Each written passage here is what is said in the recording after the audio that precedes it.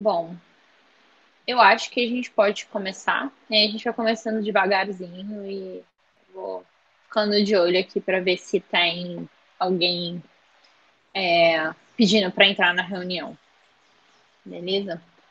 Bom, bem-vindos à nossa segunda roda de conversa da CAIS. No mês passado, nós tivemos a inauguração das rodas de conversa com um bate-papo super legal com a Jo sobre a mentoria e o papel da história de cada um de nós da nossa história de vida, da nossa trajetória. E foi uma conversa super legal. Se vocês não puderam participar, a gente colocou um textinho bem legal no blog, tá lá na newsletter que vocês receberam há pouco. Foi super bacana. E seguindo um tema de mentoria, nós temos o enorme prazer de trazer um mentor, não um mentor da CAIS, bom, de alguma forma também é mentor da CAIS, porque ele é mentor de planejamento e independência financeira de vários dos voluntários da CAIS. E nós temos a sorte de ter hoje aqui com a gente o Marcelo. O Marcelo Seixas, ele já fez de tudo na vida. Esse cara tem uma bagagem enorme. E eu tive o prazer enorme de compartilhar uns bons 7, 8 anos de empresa com ele. Ele foi meu parceiro durante um bom tempo. E, e agora ele está se dedicando à agricultura e geleias, o negócio de geleias. Então, Marcelo, muito obrigada pela sua participação hoje aqui. Acho que todo mundo está curioso para saber por que o físico está fazendo geleias. Então, conta para gente um pouquinho da sua trajetória. E aí, acho que você já pode depois já engatar na apresentação também. Tá certo. Eu vou tentar falar aqui enquanto eu começo a compartilhar a minha tela aqui. Vamos ver se eu vou conseguir compartilhar. Eu já parei a minha. Tá. Então, acho que essa daqui não.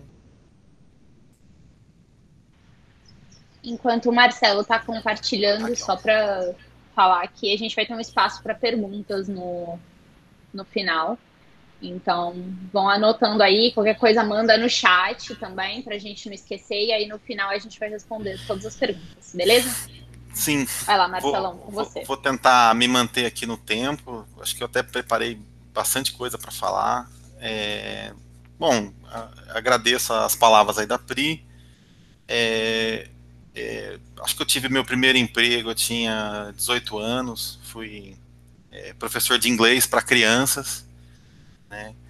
E naquela época, muita coisa que eu sei hoje eu não sabia sobre dinheiro, né? Então era uma época que tudo que eu ganhava eu gastava, né?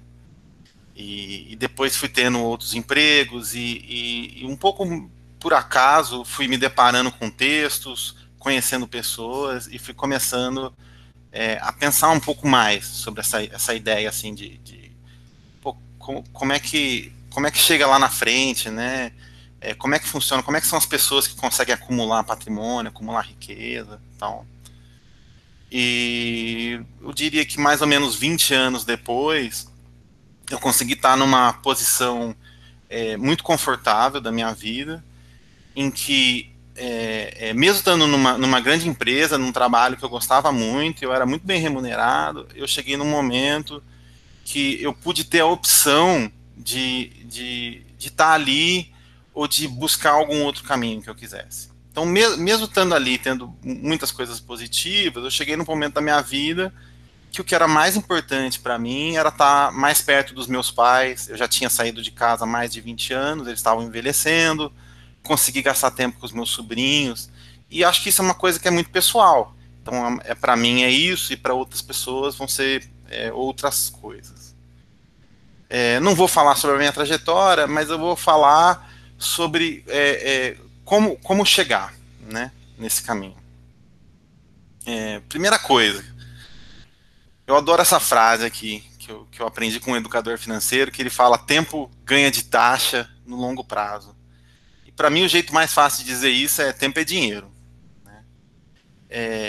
Então, se vocês conseguirem lembrar disso no final dessa apresentação, eu acho que a missão está cumprida.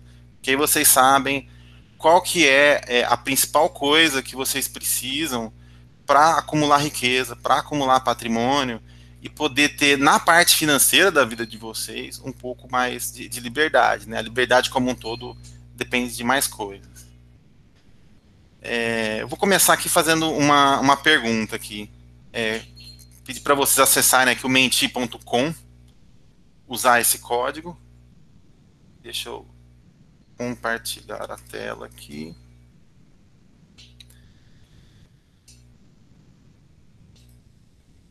Acho que eu tenho que parar.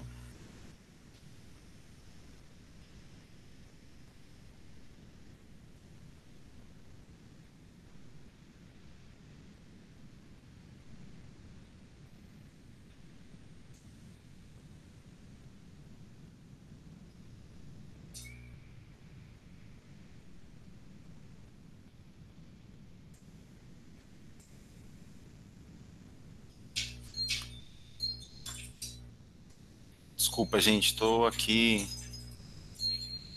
Ah lá. Aqui na parte de cima aqui, ó, código 5108. Então, se você ganhasse um prêmio milionário, o que vocês fariam? Né? Você poderia comprar um carro, uma casa nova, fazer uma viagem pelo mundo, investir o dinheiro, ou fazer outra coisa, né? Não sei, doar o dinheiro para alguém.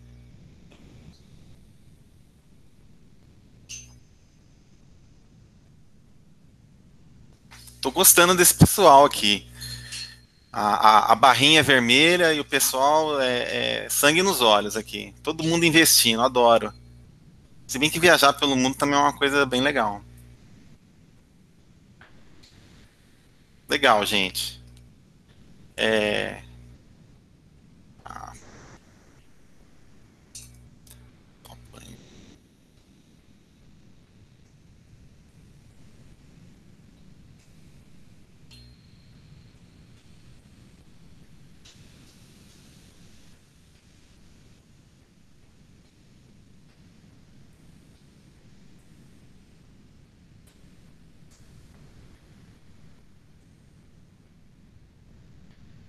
Então, por que a independência financeira é tão difícil, né? Por que tão poucas pessoas conseguem chegar num ponto onde o dinheiro já não importa muito, né?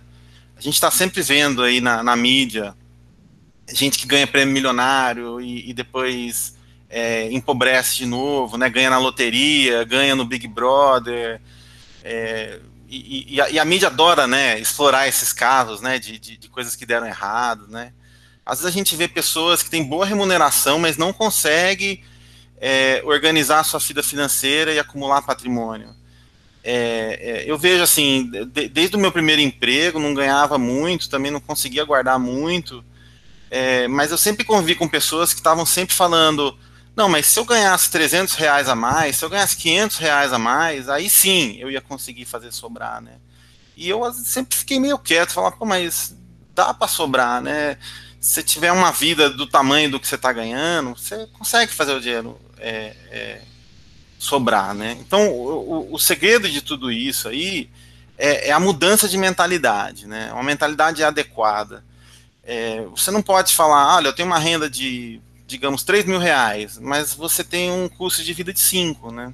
Não vai dar certo isso. Então, quando a gente imagina as pessoas que são ricas, né, as pessoas que têm sucesso financeiro, a gente sempre pensa nos gastadores, né? Essa é a mudança de mentalidade, né? Então, a gente está sempre acostumado a ver celebridades, um jogador de futebol e tal. Eu até acredito que um cara, sei lá, o Neymar, ele tem tanto dinheiro na conta dele que ele pode fazer um tanto de desaforo, ele pode gastar à vontade. Mas para quase a totalidade das pessoas do mundo, esse não é o caso. E a conta é simples, né? Não importa quanto dinheiro, quanto patrimônio você tem, se o seu orçamento ele tem um déficit, é questão de tempo até que ele vire pó, né? Então, se você está gastando mais do que você ganha, do que você está acumulando, o patrimônio vai sempre reduzir e uma hora vai acabar tudo. E é isso que acontece com as pessoas que às vezes ganham muito dinheiro por algum motivo, e tempos depois acaba, né? Quando a fonte de dinheiro seca, aquilo seca. Ela tinha um emprego e ela tinha um padrão de vida, perdeu o emprego, no mês seguinte a fonte secou. A pessoa tá falida, né? Então, a mentalidade que eu gostaria de falar para vocês é que quem acumula riqueza não são os gastadores, são os poupadores. A gente tem que ter essa mudança de paradigma. Então a gente acostuma a ver a pessoa gastadora e acha que ela é a pessoa que tem sucesso. Mas a pessoa que vai conseguir esse sucesso financeiro no longo prazo, ela tem que ser uma poupadora, né? Você tem que mudar esse jeito de pensar.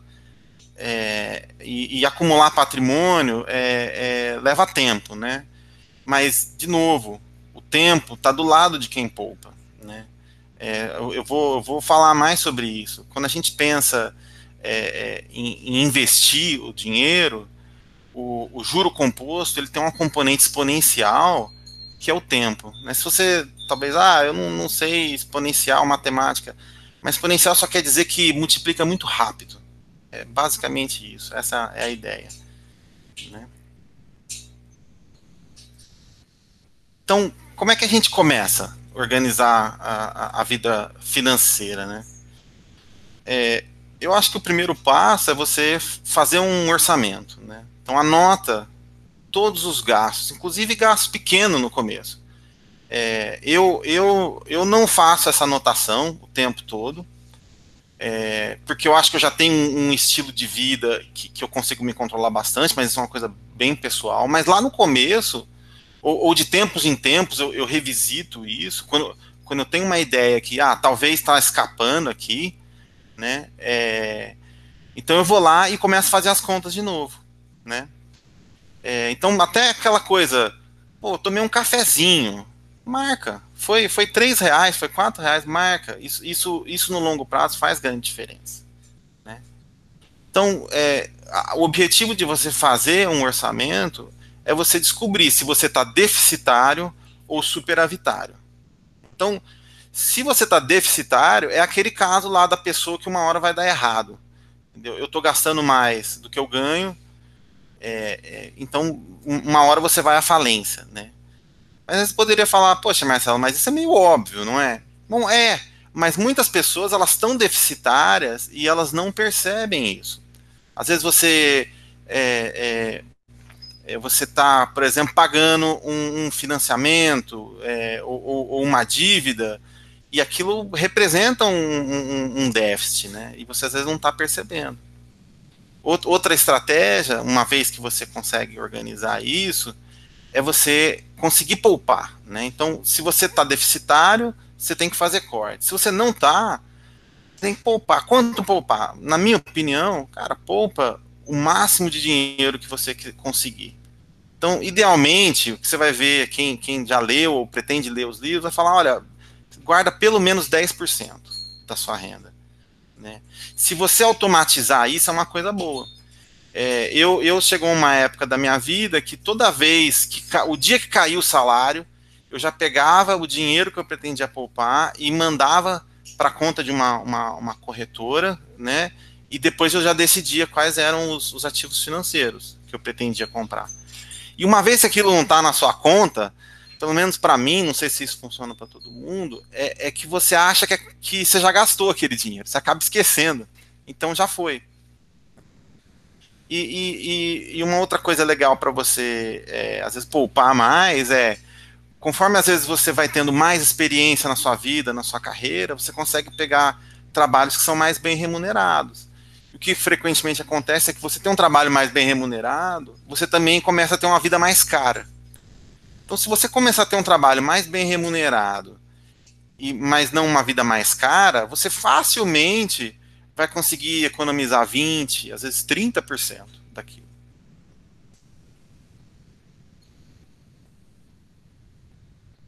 Bom, depois que você já fez o seu orçamento e você tem uma noção melhor, né, de como é que eu estou usando meu dinheiro, quanto está indo, quanto não está, quanto está sobrando, uma coisa muito importante é dívidas. Ô Marcelo, mas eu não tenho dívidas. Ótimo, parabéns, eu admiro você, entendeu? Porque as dívidas, elas são uma causa de grande estresse, né? É muito, muito difícil viver com dívidas.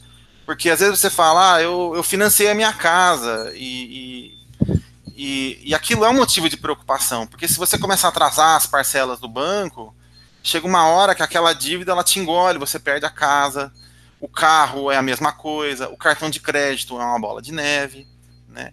Então, uma vez que você tem uma noção do seu orçamento, você conseguiu fazer ele ficar superavitário, a minha ideia ao invés de você começar a guardar o dinheiro, aqueles 10% ou mais, é você pagar as suas dívidas. Quando você paga as dívidas, você está deixando de perder dinheiro, né? Porque na dívida, eu vou colocar um detalhe isso mais para frente, mas a dívida, o juro composto, ele está contra você. Aquela variável tempo que multiplica muito rápido, ela está contra você. Por quê? Na dívida, o banco ou a financeira ou qualquer outra pessoa, ela investiu em você. Para o banco, você é uma fonte de investimento. Ele vai lá, ele te dá um dinheiro, ele coloca uma taxa de juros, uma série de regras, e ele está ganhando dinheiro com isso. Então, você tem que não ser esse cliente do banco, você tem que ser o investidor, né? E não o objeto do investimento. Outra coisa que a gente ouve muito, mas tem dívida que é boa. Olha, eu digo com todas as letras, não existe dívida boa para pessoas, para pessoa física. Algumas dívidas para pessoa jurídica, para empresas, elas podem ser boas, mas esse não é o foco da conversa aqui.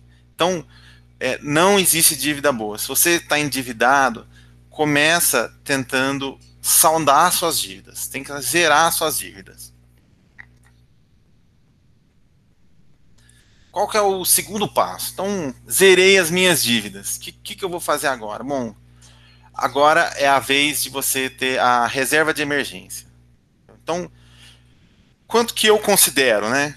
Você está com orçamento superavitário, pelo menos 6 meses de conta paga. Bom, você já fez o seu orçamento, então você sabe quais são aquelas suas contas fixas, as coisas que você não pode ficar sem, né? Então, olha, todo mês aqui a minha vida custa 3 mil reais, eu pago aluguel, eu pago o condomínio, eu tenho que comer, eu tenho que ter transporte. Então você pega esse número e multiplica por 6. Algumas pessoas mais conservadoras vão guardar isso por mais tempo, né? Esse dinheiro é importante, porque é aquele dinheiro que qualquer tipo de problema emergencial que você teve, ao invés de você cair numa dívida, que é uma bola de neve, que é uma situação em que o tempo está contra você, uma vez que você tem uma reserva de emergência, você está protegido contra esse tipo de dívida. Olha, eu perdi o meu emprego. Tudo bem. Então agora você vai estar, por 6 meses pelo menos, você vai poder organizar a sua vida, fazer um curso, procurar novos empregos, né? Sem ter que aceitar qualquer coisa que apareça na sua frente. Importante lembrar, esse dinheiro, colocar ele em formas de altíssima liquidez. Você pode pôr debaixo do colchão, né, deixar em casa, eu mesmo deixo. Eu tenho 1 mês de conta paga, eu deixo em dinheiro na minha casa.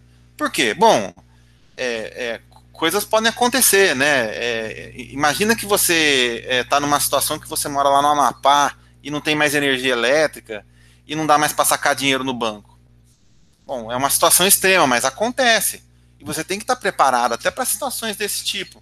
É um domingo e você não conseguiu, você tem aquele dinheiro na mão. A poupança é uma boa. Mas a poupança, poxa,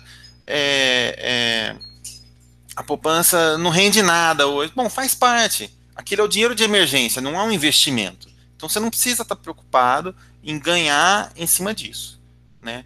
Ou até eu sugeri aqui um CDB.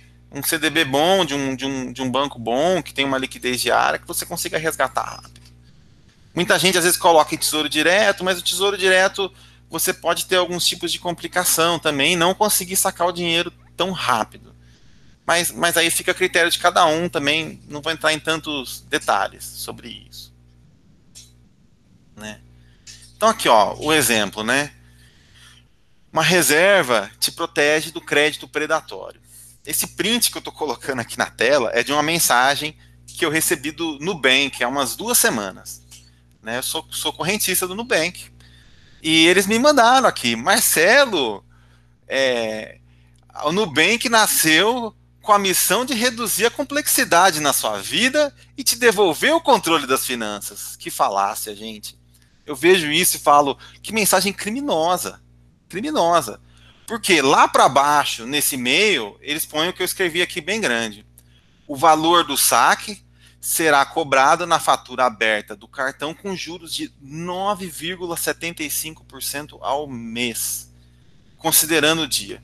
Gente, o rendimento no mês passado na poupança foi 0,12%. 9,75% ao mês é um tipo de juro que vai te escravizar. Entendeu? É perigosíssimo. Você colocando numa renda fixa hoje, você vai conseguir ganhar igual a inflação, para fechar no 0 a 0. As taxas de renda fixa estão muito baixas. Agora, imagina que aconteceu uma coisa errada. Marcelo precisa de dinheiro agora. O Nubank me concede um crédito emergencial, é a minha fonte de emergência. Mas olha só, é uma armadilha. Né? Foge, Bino, é uma armadilha. Então, por isso que é tão importante. Quando a gente não tem esse tipo de emergência, a gente cai nisso. Você cai lá no cheque especial, né? E coisas do tipo. Então não adianta a gente ficar reclamando que o juro é abusivo e que o cartão de crédito lucra demais.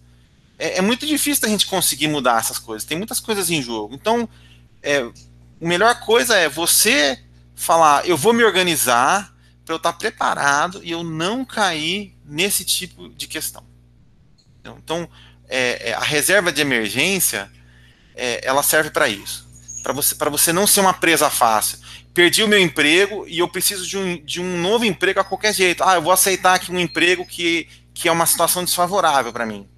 Poxa, talvez às vezes fazendo isso, você vai perder chances de um emprego que reflete melhor a sua qualificação, mas você precisa ter esse tempo de procurar, ter o tempo de participar de entrevistas. Então é muito importante.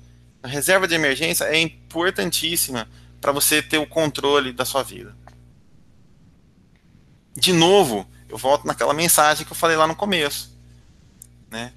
Tempo ganha de taxa no longo prazo, ou tempo é dinheiro.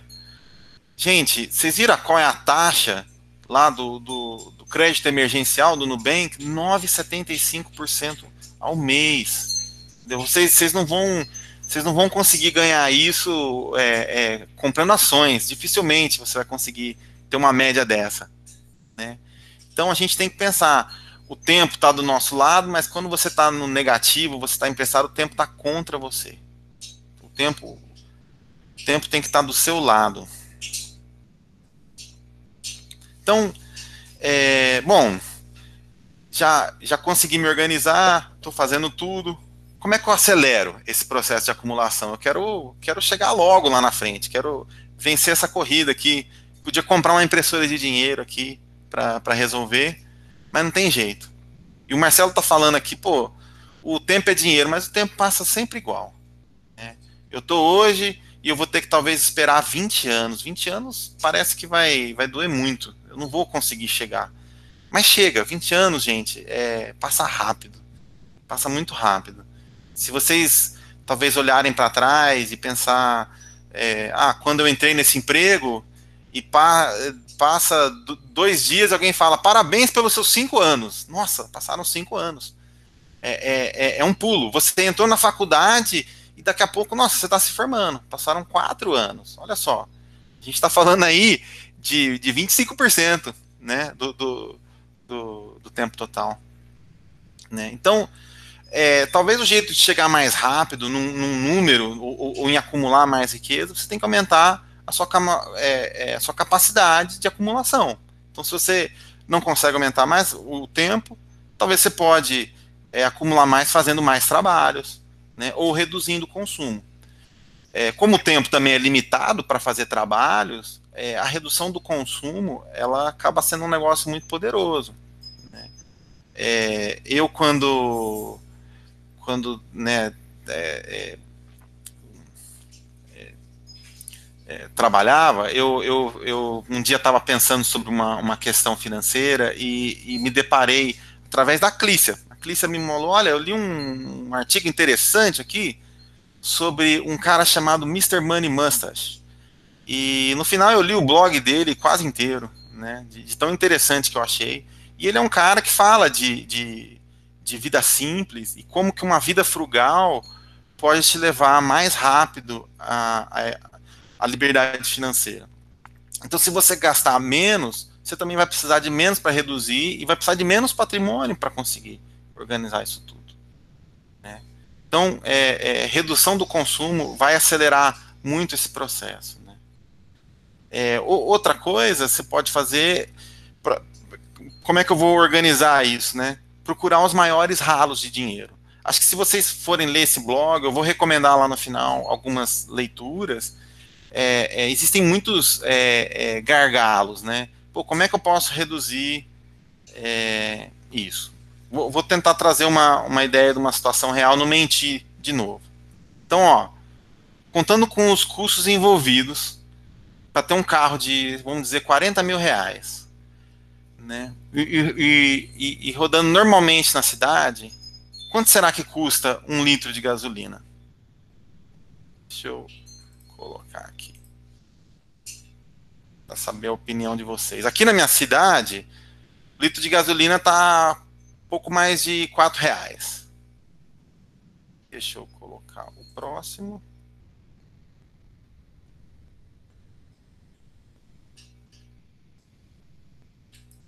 Ixi.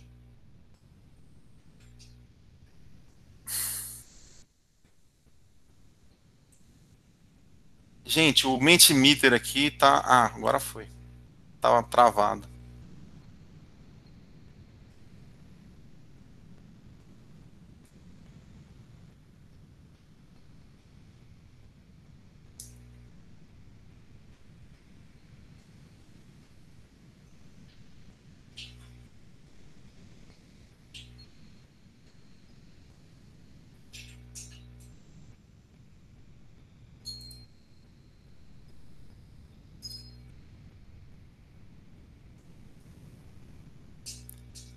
Ah lá. Tô compartilhando, vocês estão vendo a tela aqui?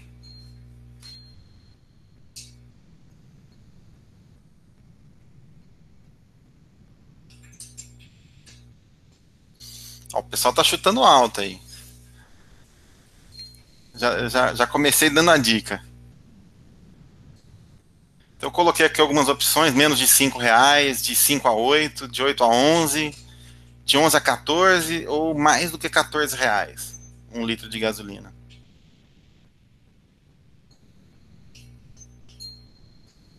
Bom, então um empate aqui. Opa, então tá, de 5 a 8. Né, a gente está falando aí de um aumento de até 100% no valor. Tá, voltar aqui. Ver se eu consigo.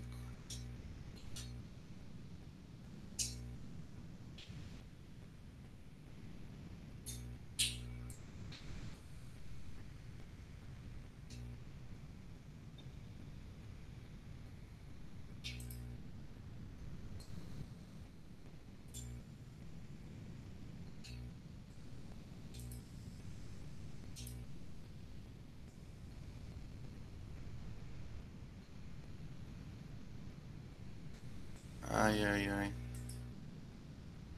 O botão aqui de apresentar não tá funcionando.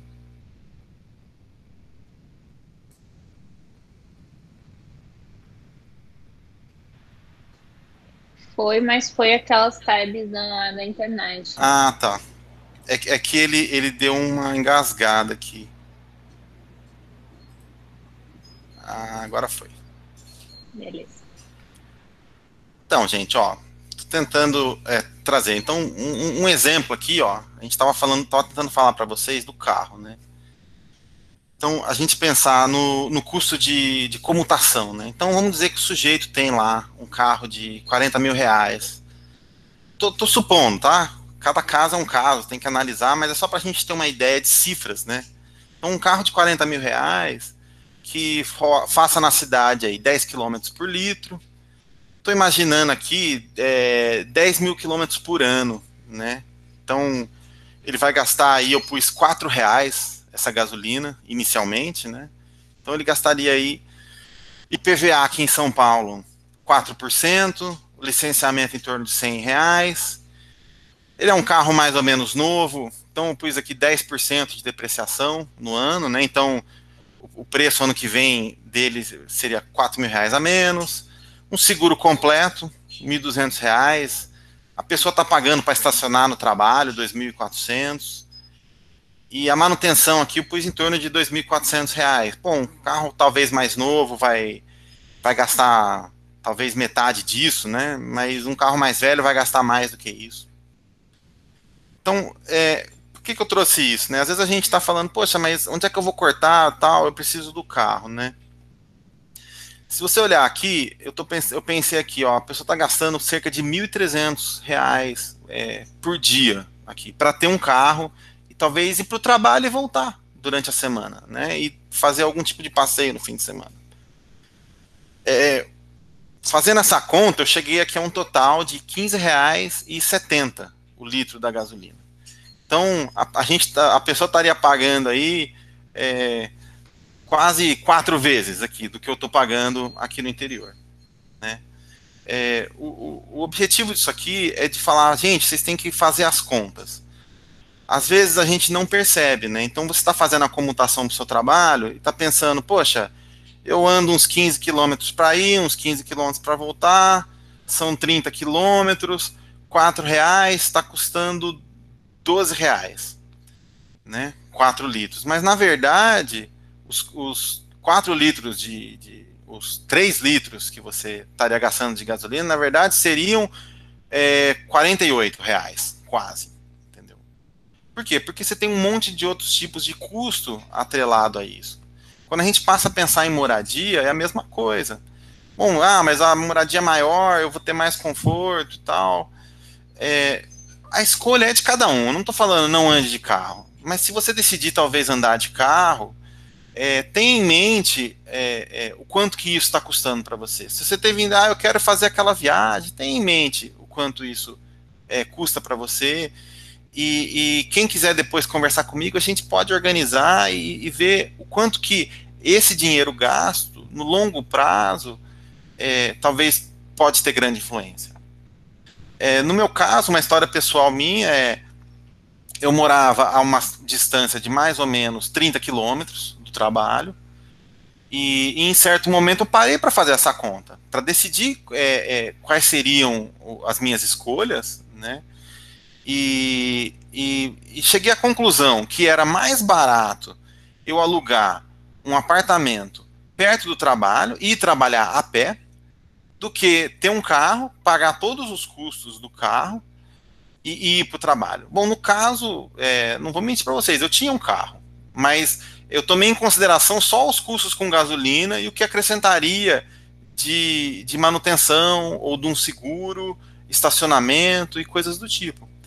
Então para mim, fez sentido. Olha, eu vou gastar talvez um pouco menos, eu vou ter uma sanidade maior, né? Em vez de gastar 1 hora para ir, 1 hora para voltar, eu vou economizar esse tempo.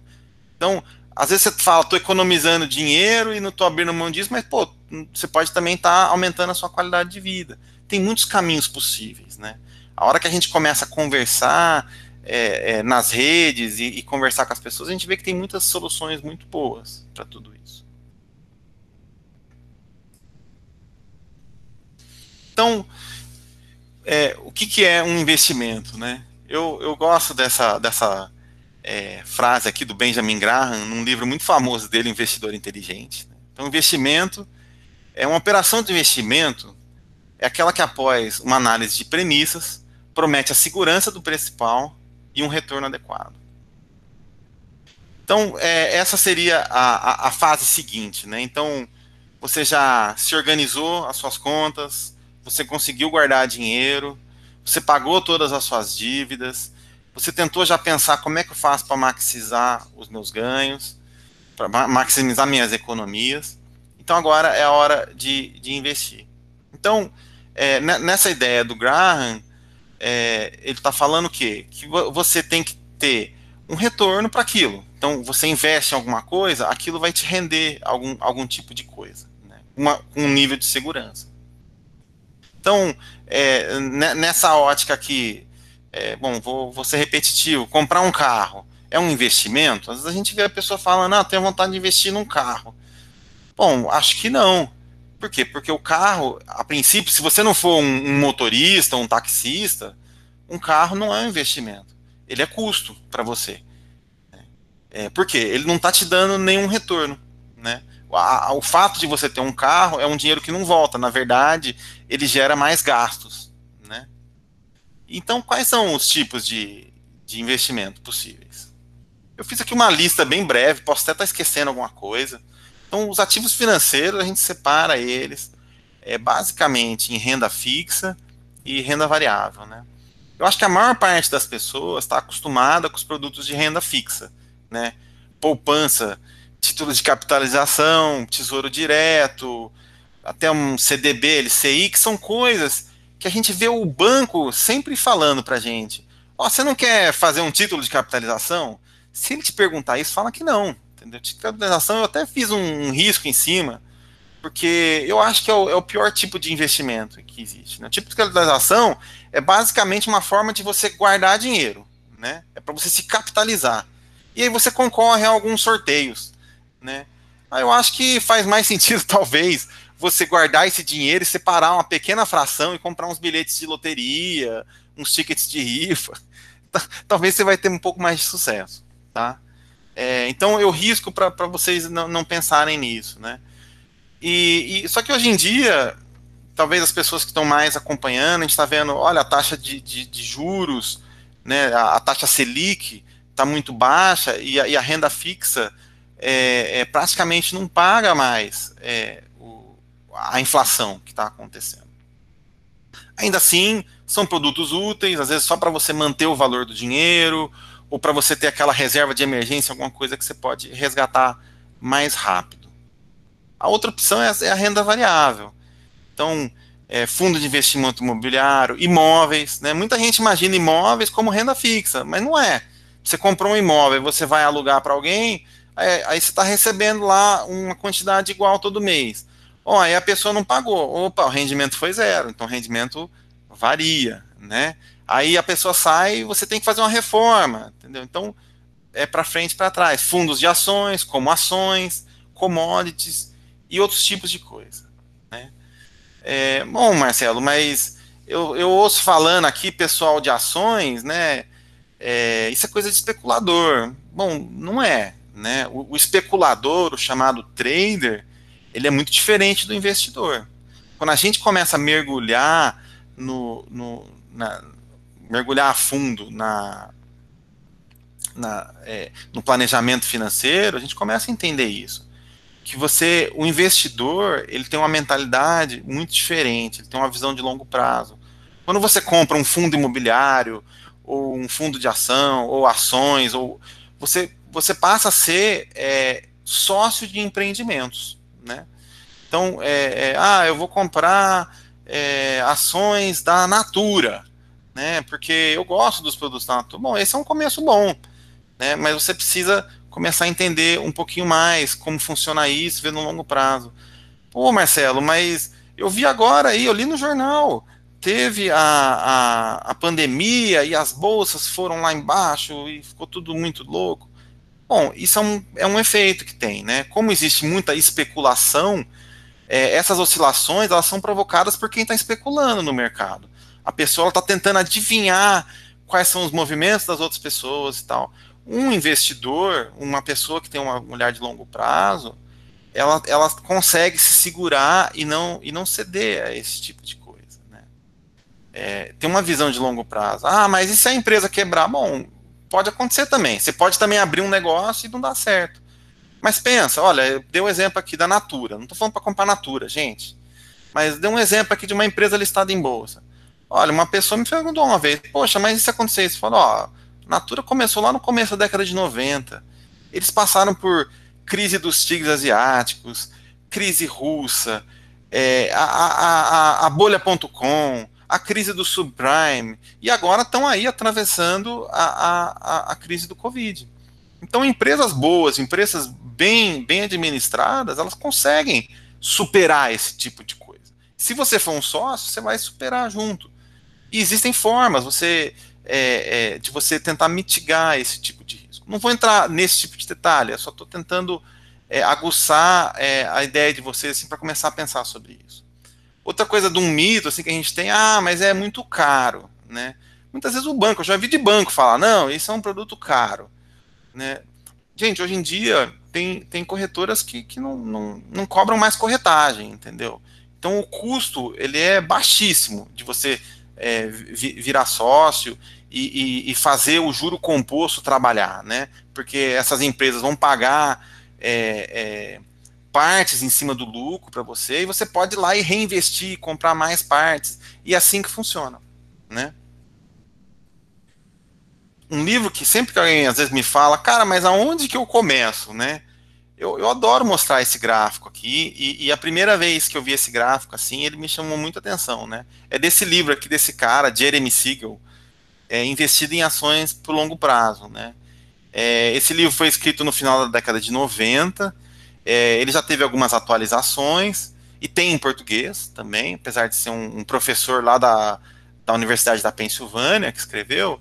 Então, o que ele está mostrando aqui? Esse gráfico é um gráfico muito clássico, que quem acompanha já pode até ter visto antes.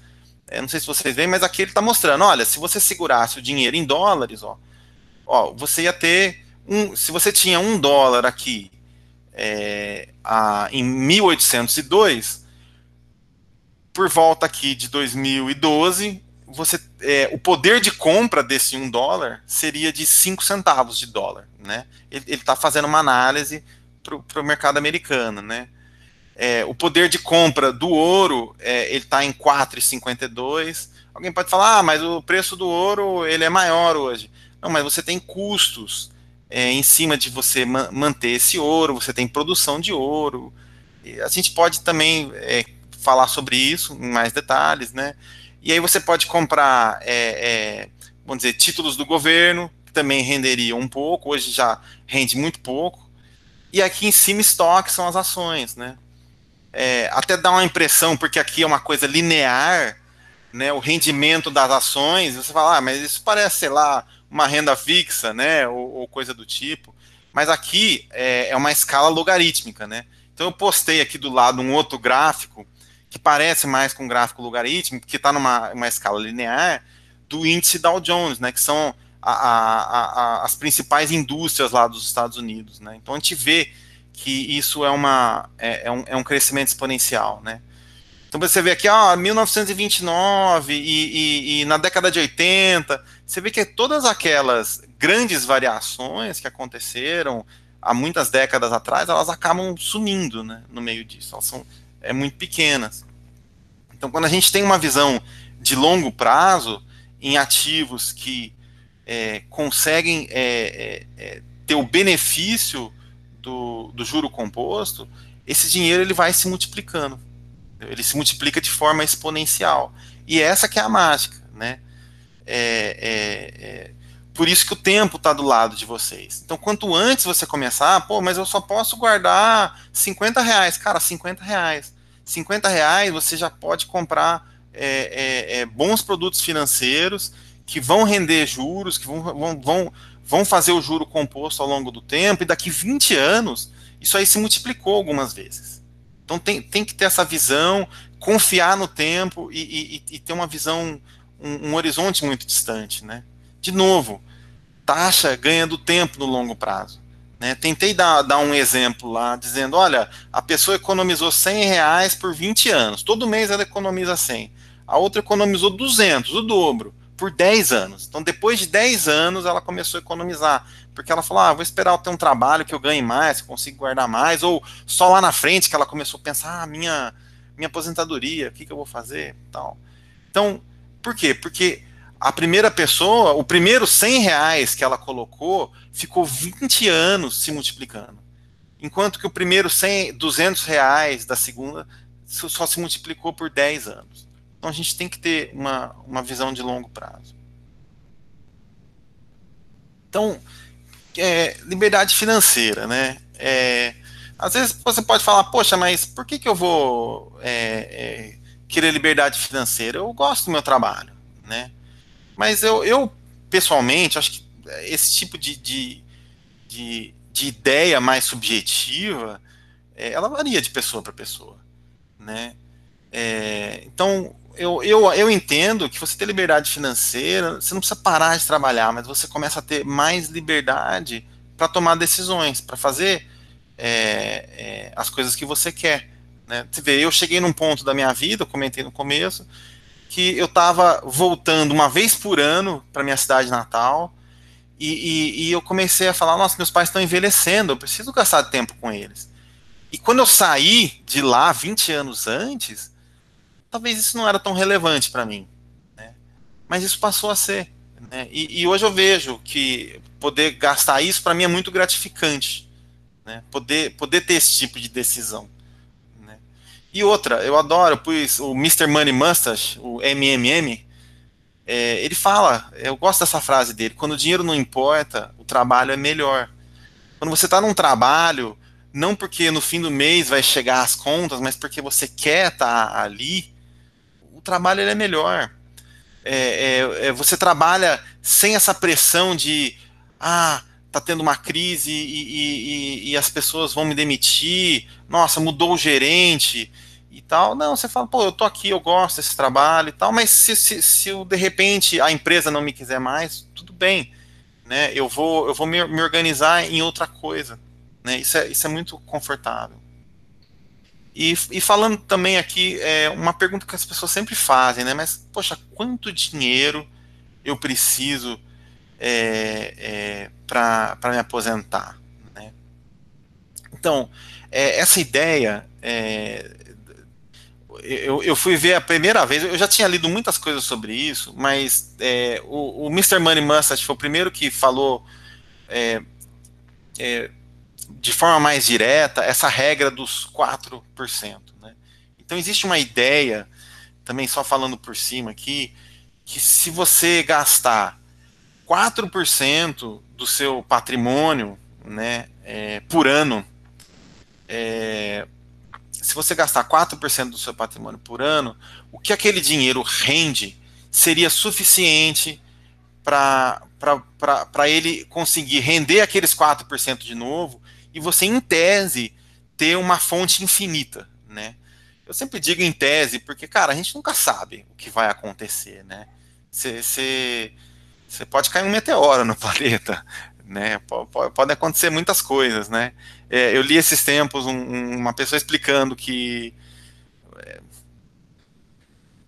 bom, tem um contexto político, mas a pessoa estava dizendo que durante a Segunda Guerra Mundial, na Rússia, fecharam-se as bolsas por causa da revolução, né, por causa da guerra, e depois nunca mais abriu, né? Então, tem esse tipo de coisa, né, que pode acontecer. Então, será que isso vale? Bom, eu estou há pouco mais de 1 ano e meio, né, fazendo isso. Assim, tenho feito pequenos trabalhos, mas nada que seja relevante para pagar as minhas contas. Tô numa espécie de transição no momento, mas quero trabalhar, você vê. Talvez eu poderia me sustentar, mas eu quero, eu gosto, né? E por enquanto eu acho que tá funcionando bem, né? Eu acho que é isso que eu posso dizer. Qual que é a origem desse número? Bom, a origem desse número é um trabalho de um cara chamado William. Fugiu o nome, mas. Então é um cara que fez um trabalho no meio da década de 90 e ele olhou para pessoas investindo no índice SP500, né, na Bolsa Americana. E ele falou, olha, na média, você vai ter anos em que a Bolsa sobe um pouco mais, sobe um pouco menos, mas, em geral, você tem um ganho de 7% ao ano. Então, ele olhou para isso e fez uma comparação, dizendo, olha, se você gastar 4%, os outros 3% vão cobrir a inflação. Você pode até falar, pô, mas que piada isso, né? Aqui no Brasil, a inflação, ela oscila muito mais, é muito maior. Bom, a minha experiência é que, de estimativas que eu já fiz, é que se você for investir em índices, no índice Bovespa, por exemplo, isso tende a não funcionar muito, né? A gente também pode entrar nesse tipo de conversa de por que índices não são bons, mas eu vou tentar começar a fechar por aqui. E talvez quem se interessar pelo assunto, a gente pode conversar mais sobre isso, né? Vou colocar aqui alguns caminhos para frente. Então, quem quiser falar sobre isso, pode entrar em contato comigo. Não coloquei meu telefone, mas vou digitar aqui, ou vocês podem procurar o meu nome lá no grupo do Telegram, né? Eu atualmente tenho dois amigos e uma amiga que eu oriento. Se vocês pedirem, eu posso ajudar. Prometo para vocês que eu não vou cobrar nada, eu não vou vender curso, eu não sou assim. Mas eu também prometo para vocês que eu não vou dizer o que fazer, entendeu? Eu gosto do diálogo, eu posso hoje orientar vocês a estudarem, o que estudarem, como pensarem sobre o assunto, como tomarem decisões, fazer perguntas, mas a pessoa ela tem que tomar a rédea da sua vida, né? Então você tem que fazer as suas escolhas, e quem me procurar, eu posso te ajudar a fazer escolhas. Eu coloquei aqui o Baster.com, eu já coloquei muitas pessoas, né, nesse site. Na minha opinião, é o melhor site de educação financeira que eu conheço no Brasil. Para quem tem uma facilidade para ler inglês, o site do Mr. Money Mustache é muito interessante sobre vida simples, vida frugal, né? E ele é um cara que conseguiu atingir a independência financeira com 38 anos. Isso foi em 2007, então o cara já está há 13 anos nisso, e ele hoje tem uma legião de seguidores, né? A história dele é muito legal.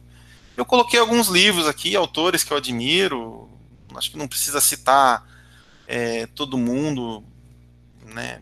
Mas é isso. A minha ideia aqui foi só dar uma pincelada em assuntos, coisas para pensar, e tentar falar para vocês que a gente tem que ter essa visão de longo prazo, porque o tempo está do seu lado, entendeu? Espero que eu tenha conseguido ser bem compreendido. Às vezes eu me atropelo um pouco. Bom, perguntas, se alguém quiser fazer pergunta, críticas, comentários, adoro ouvir críticas, sou muito bom com isso. Não fico bravo. Foi ótimo, Marcelo. Vamos abrir para pergunta. Alguém tem alguma pergunta, gente?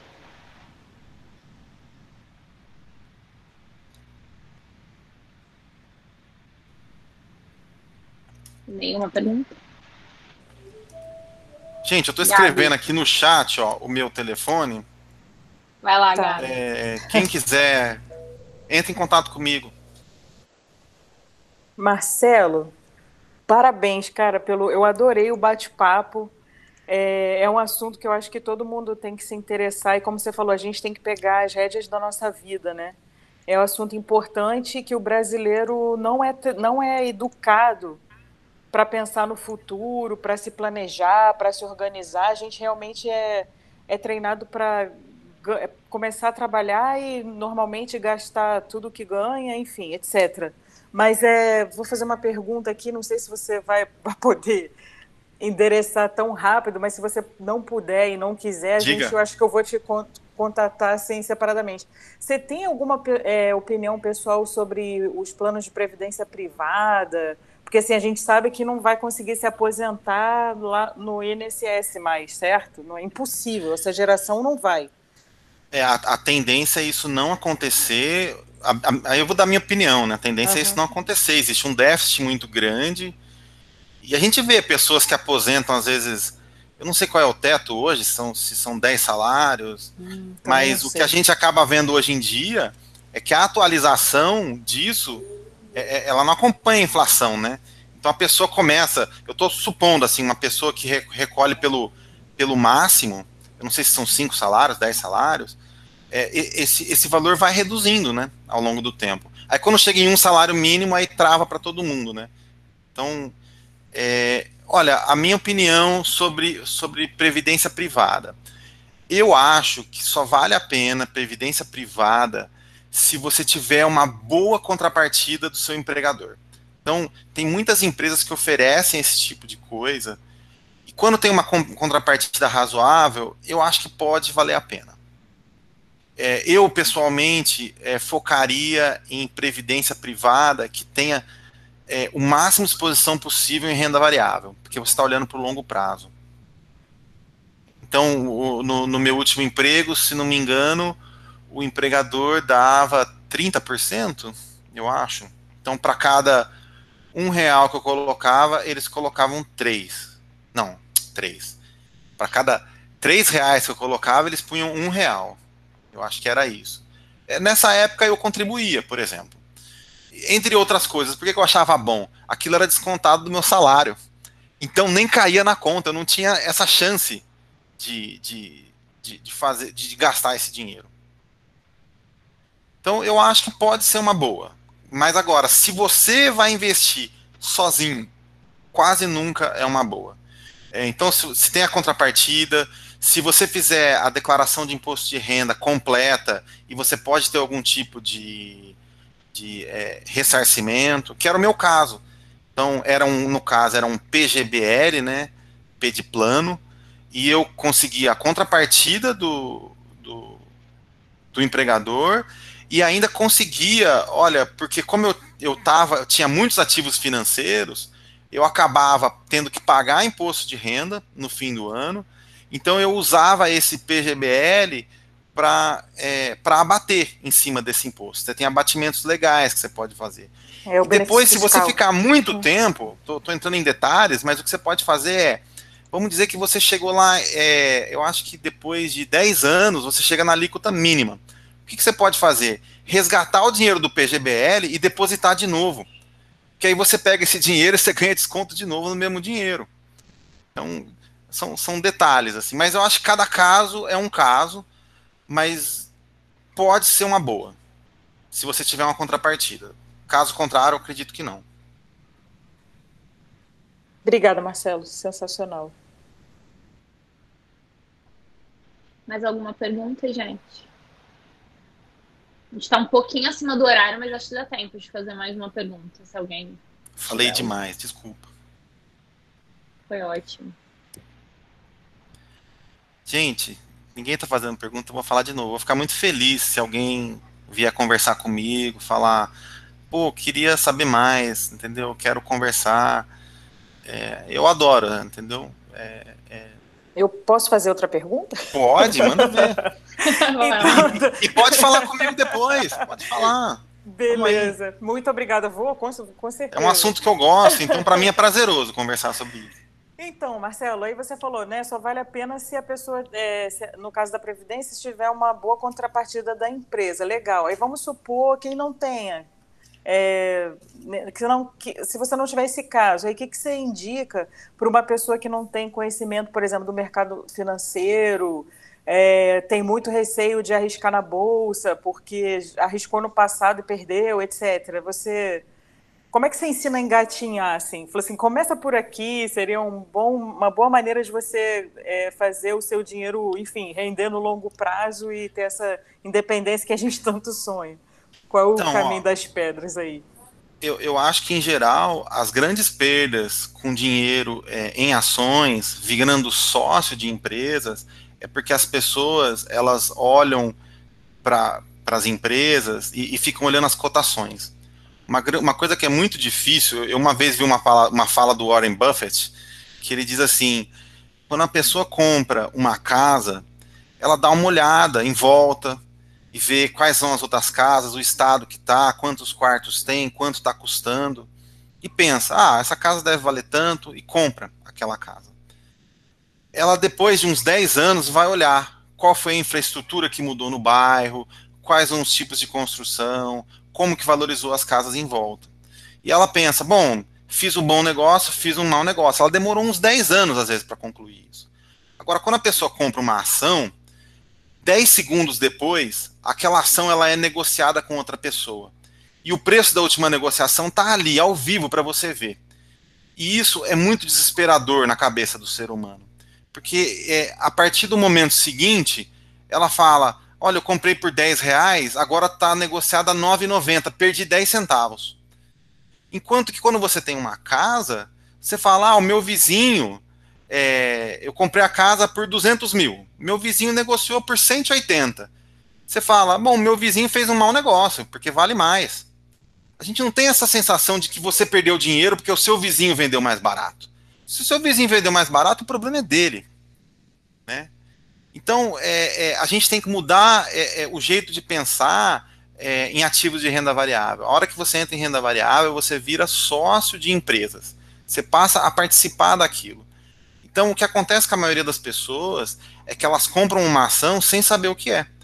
Quando eu falei para você, lê o livro do Rafael Santos, eu não li o livro dele, mas eu conheço o Rafael Santos. Então, eu sei que deve ser um livro com informações muito relevantes. Eu falo, lê o livro do Rafael Santos, por quê? Entenda por que você resolveu virar sócio da empresa A ou da empresa B. E não simplesmente, fulano me disse, então eu comprei. Você não sabe por que comprou e depois não vai saber por que vendeu. Então, o ônibus passa todo dia. Todo dia tem boas oportunidades de investimento. Todos os dias tem boas oportunidades de investimento. Então, a recomendação não pula direto num investimento, não só nisso. Quem aqui sabe sobre debentures? Que também é um assunto. Quem aqui entende sobre investimento em imóveis? Quem aqui entende sobre investimento em fundos imobiliários, em commodities? A gente fala muito de ações, mas são todos investimentos que têm coisas mais complexas para você entender. E você tem que estudar. Eu não acho que você tem que ser um expert. Eu acho que uma pessoa que gaste talvez 1 hora por semana ou 2, consegue se desenvolver bastante e rápido. Tem muito material educacional muito bom. Quem quiser conversar comigo, eu posso recomendar coisas. E conversar sobre o assunto também. Mas você que tem que decidir fazer. Entendeu? Porque aí você sabe por que você entrou. Senão você vai estar só procurando alguém para botar a culpa. Show. Isso aí. Obrigada mais uma vez. Isso aí. Obrigada, Gabi, pelas perguntas. Obrigada, Marcelo. Acho que a gente pode finalizar por aqui. A gente já está um pouquinho além da hora aí que foi marcada, mas acho que foi um papo super bom. Espero que todo mundo tenha aproveitado e em breve teremos algum post no blog para vocês e também aqueles que não estiveram aqui hoje, não puderam conectar hoje, para ter um teaser de como foi a apresentação aqui. Então, só para a gente finalizar, só para lembrar dos próximos eventos, nós tivemos o... Vocês ainda estão me ouvindo? Sim? Sempre. Uhum. Beleza. Pareceu aqui que meu microfone estava desativado. Bom, os nossos próximos eventos, a gente teve na semana passada o nosso primeiro happy hour para os mentorados. E acredito que o nosso próximo aí vai ser para os mentores. Mais informações em breve sobre esse próximo evento. E em janeiro, que agora a gente vai dar uma pausinha em dezembro, em janeiro nós teremos a nossa terceira roda de conversas, então também fica de olho no Telegram e na newsletter, no Instagram da CAIS, para ficar sabendo qual vai ser o tema da nossa próxima roda. Beleza? Muito obrigada, Marcelo. Foi ótima apresentação. Muito obrigada a todos por terem conectado aqui e prestigiado o nosso querido Marcelo. Espero que vocês tenham aproveitado e aprendido um pouquinho e estejam se sentindo animados para a independência financeira. Pessoal, eu falei muitas coisas sobre muitos assuntos, então pode ter ficado um pouco confuso, mas se vocês quiserem, de verdade, de novo, falem comigo, a gente conversa, entendeu? A gente pode conversar sobre cada uma dessas etapas, eu posso ajudar vocês a se organizarem. Tamo junto aí. Quem quiser trilhar esse caminho, eu tô aqui para ajudar. Obrigada, Marcelo. Obrigada, Valeu. gente. Isso aí. Muito bom. Obrigada a todos. Até a próxima. Valeu, Boa pessoal. noite pra Tchau. vocês, gente. Tchau, tchau.